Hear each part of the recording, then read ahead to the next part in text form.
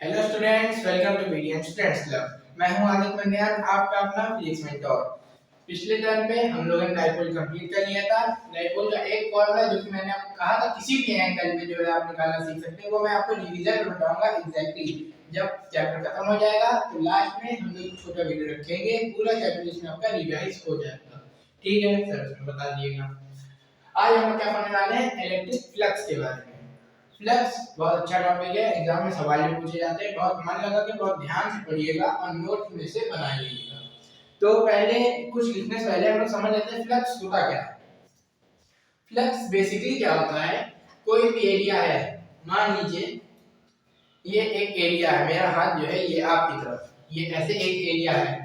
इसमें से कितनी electric field lines, electric field lines अपन ने पढ़ा था, कितनी इलेक्ट्रिक फील्ड लाइन जा रही है वो उसका फ्लक्स हो जाता है। उसकी काउंटिंग, इलेक्ट्रिक फील्ड लाइंस कितनी जा रही है वो उसका फ्लक्स हो जाता है। जैसे मान लीजिए एक क्रॉस सेक्शन एरिया है, ये मेरा हाथ, और ये जो है मानकर एक इलेक्ट्रिक फील्ड लाइन है, ये गया, ये जाके इधर से निकल गई, ठीक है। तो इसका इलेक्ट्रिक फील्ड फ्लक्स क्या हुआ, 1 होगा।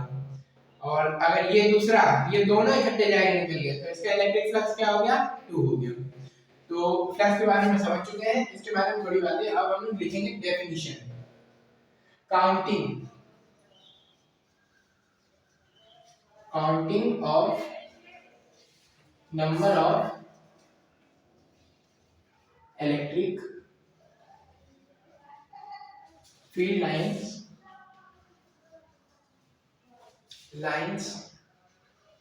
passing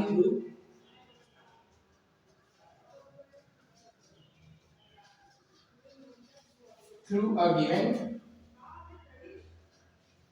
cross section area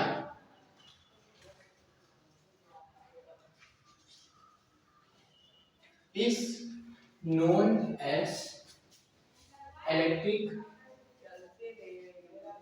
flux। ठीक है, इलेक्ट्रिक फ्लक्स की हम लोगों ने डेफिनेशन समझ लिया, उसका फिजिकल इंपॉर्टेंस, फिजिकल मीनिंग समझ लिया। अब हम लोग थोड़ा मैथमेटिकल चीज पे आते हैं। फ्लक्स को हम लोग डिनोट करते हैं फाई से। कि फाई किस पे डिपेंड करता है, फाई आपको डिपेंड करता है ऑब्वियसली इलेक्ट्रिक फील्ड पे डिपेंड करता है कि जितनी ज्यादा इलेक्ट्रिक फील्ड रहेंगी उतनी ज्यादा इलेक्ट्रिक फील्ड लाइंस क्रॉस होंगी, ठीक है। और दूसरा फाई किस पे डिपेंड करता है, एरिया पे डिपेंड करता है कि जितना बड़ा लोगे मतलब एरिया लोगे उतनी ज्यादा जो इलेक्ट्रिक फील्ड लाइंस जाएंगी, ठीक है। और फाई जो हमारा एक चीज पे और डिपेंड करता है जो होता है cos थीटा। थीटा क्यों, थीटा इसलिए क्योंकि अब एक आपका एरिया ऐसे है, इलेक्ट्रिक फील्ड लाइन जब तक ऐसे जा रही थी 90 डिग्री पे तब ठीक है। अगर इलेक्ट्रिक फील्ड लाइन ऐसे जाए तो कई सारे इलेक्ट्रिक फील्ड लाइन ऐसे जाएंगी, तो कुछ कम भी हो सकती हैं, कुछ ज्यादा भी हो सकती हैं। तो आपका फाई थीटा पे भी डिपेंड करेगा, क्योंकि फाई एक स्केलर क्वांटिटी है, इसीलिए यहाँ पे cos थीटा आएगा। तो हम लोग फाई का एग्जैक्ट जो फॉर्मूला लिख सकते हैं होता है E A cos थीटा या फिर E vector dot A vector. ये आपके फाई के फॉर्मूले होते हैं। यही से आप फाई की यूनिट निकाल सकते हैं, इलेक्ट्रिक फील्ड की यूनिट इनटू उसकी एरिया की यूनिट। ये आपका होमवर्क है कि इसका डायमेंशन और यूनिट आपको दोनों निकाल के लानी है, ठीक है। फ्लक्स के बारे में हम लोग इतना समझ गए। फ्लक्स से रिलेटेड एक टर्म और आती है, इसे कहते हैं गॉस लॉ। गॉस एक साइंटिस्ट थे जिन्होंने अपना लॉ दिया फ्लक्स के बारे में। गॉस का कहना ये था, जैसे ये है, मतलब जैसे ये क्रॉस सेक्शन एरिया मैंने बनाया, उससे उतनी लाइंस क्रॉस होंगी जितना उसके अंदर चार्ज होगा। मैं आपको एक बार बोल्ड बता देता हूं।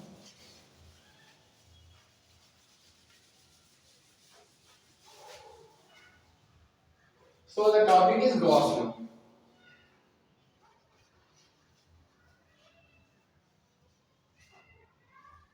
बहुत बड़ा टॉपिक है।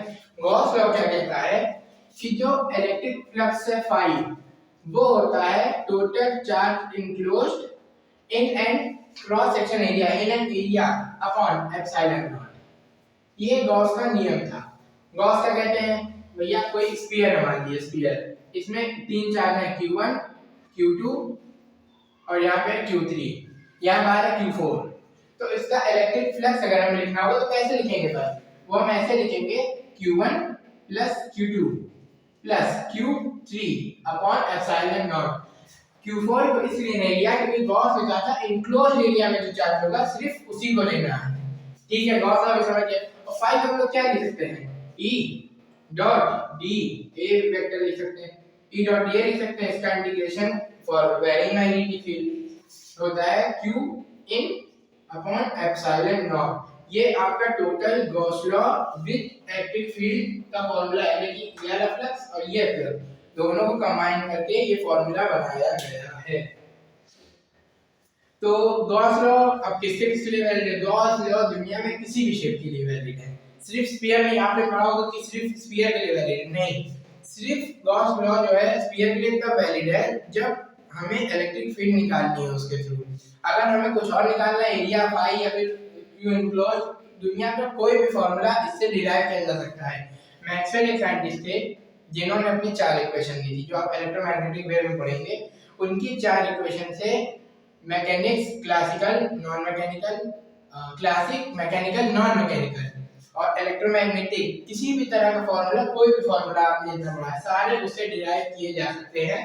उससे मतलब उस हिसाब से देखें तो ये उसका बहुत बड़ा फॉर्मूला है। अब एक आध क्वेश्चन करके आज की क्लास में खत्म करते हैं।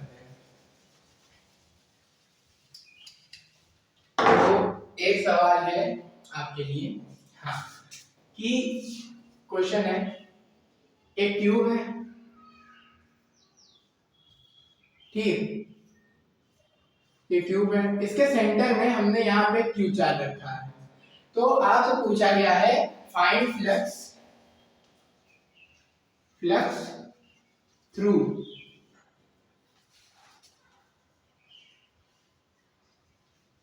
It's one face. एक फेस से कितना इसके फ्लक्स पास होगा वो निकालना है। आप इसे नोट करिए, वीडियो पॉज करके एक बार इस क्वेश्चन को अपने खुद से ट्राई करके देखिए। कर लिया? मैं बताऊंगा, ठीक है। तो एक ट्यूब में 6 फेसेस होते हैं। एक फेस से 6 फेस से Q अपॉन एप्सिलॉन नॉट होता है फ्लक्स पास, क्योंकि एक ही चार्ज Q है।